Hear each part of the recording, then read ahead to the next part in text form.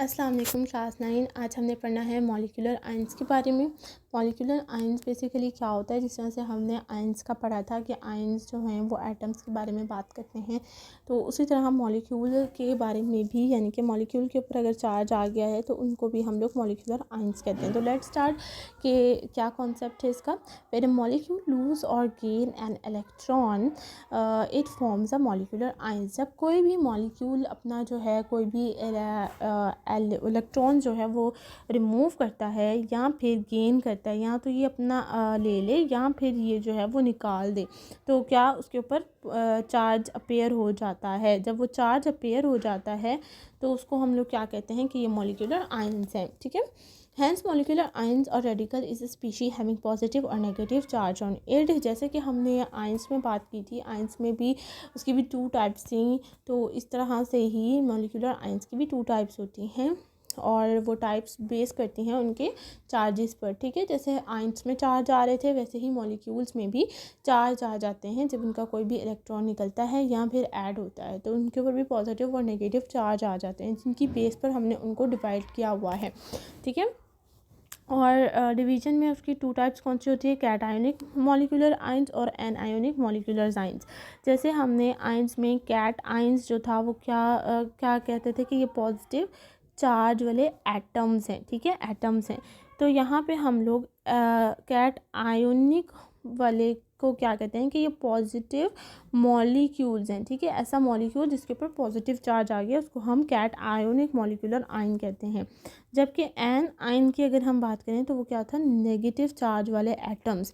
इसी तरह N ionic क्या है, एन आयोनिक भी जो है वो नेगेटिव चार्ज मॉलिक्यूल्स हैं। ठीक है, कोई भी मॉलिक्यूल जिसके ऊपर नेगेटिव चार्ज अपेयर हो गया तो उसको हम एन आयोनिक मॉलिक्यूलर आयन कहते हैं।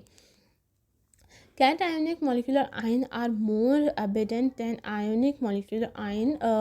अच्छा, वो क्या कह रहे हैं कि cationic molecular ions जो होते हैं वो ज़्यादा abundant होते हैं एन आयोनिक वाले से, यानी कि ज़्यादातर मॉलिक्यूल्स जो हैं वो पॉजिटिव चार्ज अपेयर्स करते हैं, यानी कि अपना इलेक्ट्रॉन हमेशा शेयर कर देते हैं लेने के बजाय। For example H4 positive, H4 positive, He positive, N2 positive. When gases are bombarded with high energy electrons in a discharge tube, they ionize to give molecular ions। ठीक है, क्या कह रहे हैं कि जब किसी भी गैस में बम्बार्ड किया जाए इलेक्ट्रॉन्स को, तो गैसेस अपने एटम में क्या करती हैं, उसको गेन कर लेती हैं। ठीक है, जैसे हमने वहाँ पे बात की थी, तो मॉलिक्यूल्स भी बेसिकली वही चीज़ होती हैं।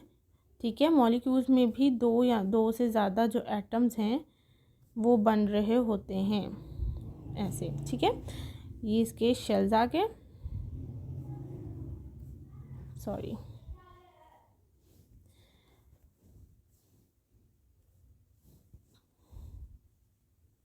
ठीक है, ये एटम था और यहाँ पर आगे इसके शेल्स। ठीक है, ये मॉलिक्यूल अब हैं। ठीक है, मॉलिक्यूल्स आपस में मिले हैं और इसने क्या किया है, इसने एक इलेक्ट्रॉन अपने अंदर अब्जॉर्ब कर लिया है, बाहर से एक इलेक्ट्रॉन अपने अंदर अब्जॉर्ब कर लिया है। तो क्या होगा कि इसके ऊपर नेगेटिव चार्ज आ जाएगा।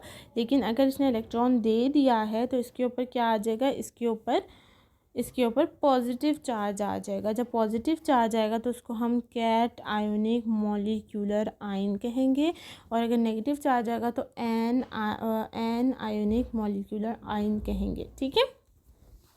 अच्छा, अब उसके बाद आपके पास टेबल दिया हुआ है, टेबल 1.8, उसमें उसने आपको मॉलिक्यूल्स और मॉलिक्यूलर आयंस का डिफरेंस बताया हुआ है, जो कि बहुत इंपॉर्टेंट है। ये जितने भी डिफरेंस हैं मैं बार बार कह रही हूँ कि ये आपने ज़रूर जो है वो गो थ्रू करने हैं, क्योंकि ये आते ही आते हैं।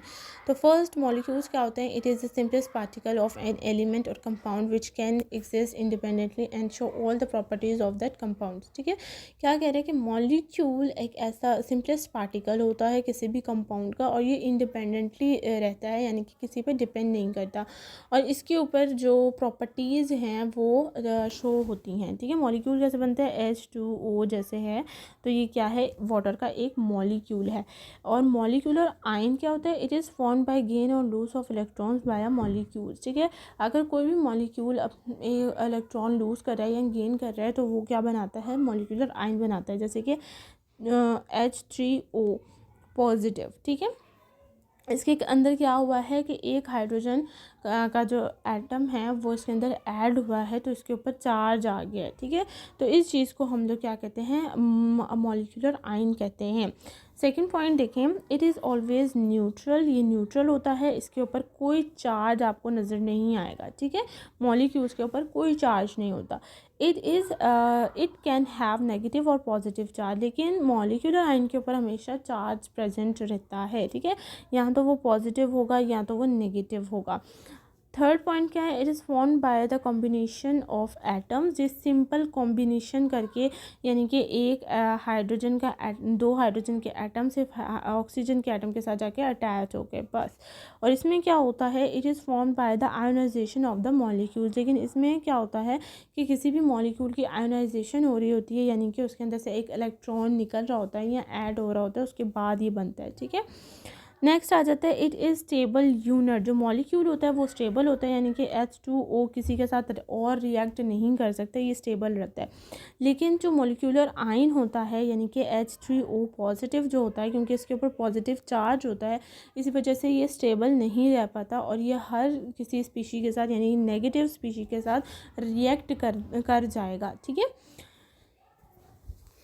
अच्छा, तो ये थे हमारे मॉलिक्यूलर आयंस के बारे में, ठीक है। और हम कल पढ़ेंगे फ्री रेडिकल्स के बारे में और टेबल देख लेंगे।